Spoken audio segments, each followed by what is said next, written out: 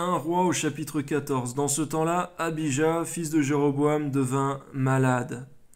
Et Jéroboam, dit à sa femme, Lève-toi, je te prie, et déguise-toi pour que l'on ne sache pas que tu es la femme de Jéroboam, et va à Silo.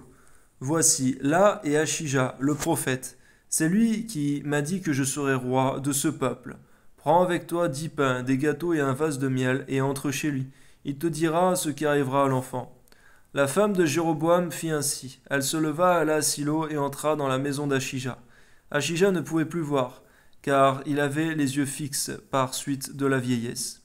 L'Éternel dit à Achija, la femme de Jéroboam va venir te consulter au sujet de son fils, parce qu'il est malade. Merci pour Achija et sa relation qu'il avait avec toi. Et tu nous montres aussi que Jéroboam, Seigneur, n'avait pas de relation profonde avec toi. Dès qu'il avait une question, il allait consulter le prophète.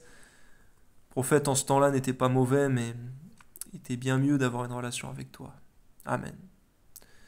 Tu lui parleras de telle et telle manière. Quand elle arrivera, elle se donnera pour une autre. Lorsqu'Achija entendit le bruit de ses pas au moment où elle franchissait la porte, il dit « Entre, femme de Jéroboam ». Déjà, merci Seigneur pour cette confiance que Achija a eue en ta parole. Amen.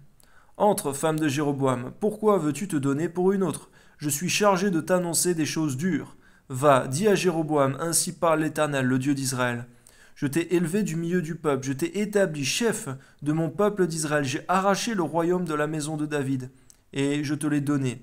Et tu n'as pas été comme mon serviteur David, qui a observé mes commandements, et qui a marché après moi de tout son cœur, ne faisant que ce qui est droit à mes yeux. Tu as agi plus mal que tous ceux qui ont été avant moi. Tu allais te faire d'autres dieux et des images de fonte pour m'irriter. Tu m'as rejeté derrière ton dos. Voilà pourquoi je vais faire venir le malheur sur la maison de Jéroboam. J'exterminerai quiconque appartient à Jéroboam, celui qui est esclave et celui qui est libre en Israël, et je balayerai la maison de Jéroboam comme on balaie les ordures, jusqu'à ce qu'elle ait disparu. Celui de la maison de Jéroboam qui mourra dans la ville sera mangé par les chiens. Celui qui mourra dans les champs sera mangé par les oiseaux du ciel. Car l'Éternel a parlé. Et toi, lève-toi, va dans ta maison. Dès que tes pieds entreront dans la ville, l'enfant mourra. Tout Israël le pleurera. Et on l'enterrera, car il est le seul de la maison de Jéroboam qui sera mis dans un sépulcre, parce qu'il est le seul dans la maison de Jéroboam en qui se soit trouvé quelque chose de bon devant l'Éternel, le Dieu d'Israël.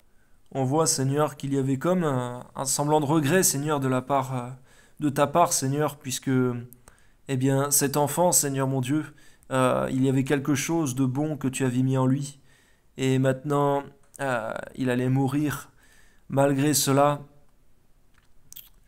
que ton nom soit béni, Seigneur, parce que cet enfant n'a rien pu faire de mal durant sa vie, Seigneur mon Dieu.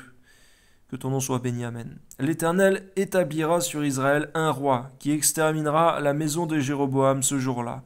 Et n'est-ce pas déjà ce qui arrive? L'Éternel frappera Israël, et il en sera de lui comme du roseau qui est agité dans les eaux. Et il arrachera Israël de ce bon pays qu'il avait donné à leur père, et il les dispersera de l'autre côté du fleuve, parce qu'ils se sont fait des idoles, irritant l'Éternel.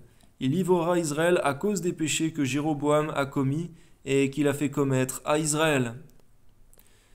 La femme de Jéroboam se leva et partit. Elle arriva à Tirsta, et comme elle atteignait le seuil de la maison, l'enfant mourut.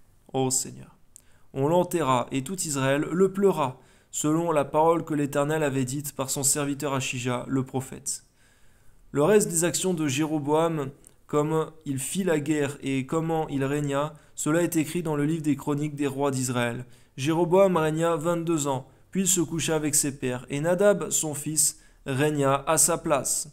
Roboam, fils de Salomon, régna sur Juda. Il avait 41 ans lorsqu'il devint roi, et il régna 17 ans à Jérusalem, la ville que l'Éternel avait choisie sur toutes les tribus d'Israël pour y mettre son nom. Sa mère s'appelait Naama, l'ammonite. Juda fit ce qui est mal aux yeux de l'Éternel, et par les péchés qu'ils commirent, ils excitèrent sa jalousie plus que ne l'avait jamais fait leur père. Ils se bâtirent eux aussi des hauts lieux, avec des statues et des idoles sur toute colline élevée, sous tout arbre vert. Et il y eut même des prostituées dans le pays. Ils imitèrent toutes les abominations des nations que l'Éternel avait chassées devant les enfants d'Israël. La 5e année du règne de Roboam, Shishak, roi d'Égypte, monta contre Jérusalem. Il prit les trésors de la maison de l'Éternel et les trésors de la maison du roi, il prit tout. Il prit tous les boucliers d'or que Salomon avait faits. Le roi Roboam fit à leur place des boucliers d'airain, et il les remit aux soins des chefs des coureurs qui gardaient l'entrée de la maison du roi. Toutes les fois que le roi allait à la maison de l'Éternel, les coureurs les portaient, puis ils rapportaient dans leur chambre des coureurs. Le reste des actions de Roboam et tout ce qu'il a fait, cela n'est-il pas écrit dans le livre des chroniques des rois de Juda? Il y eut toujours guerre entre Roboam et Jéroboam. Roboam se coucha avec ses pères, et il fut enterré avec ses pères dans la ville de David. Sa mère s'appelait Naama, l'ammonite, et Abijam, son fils, régna à sa place. Amen.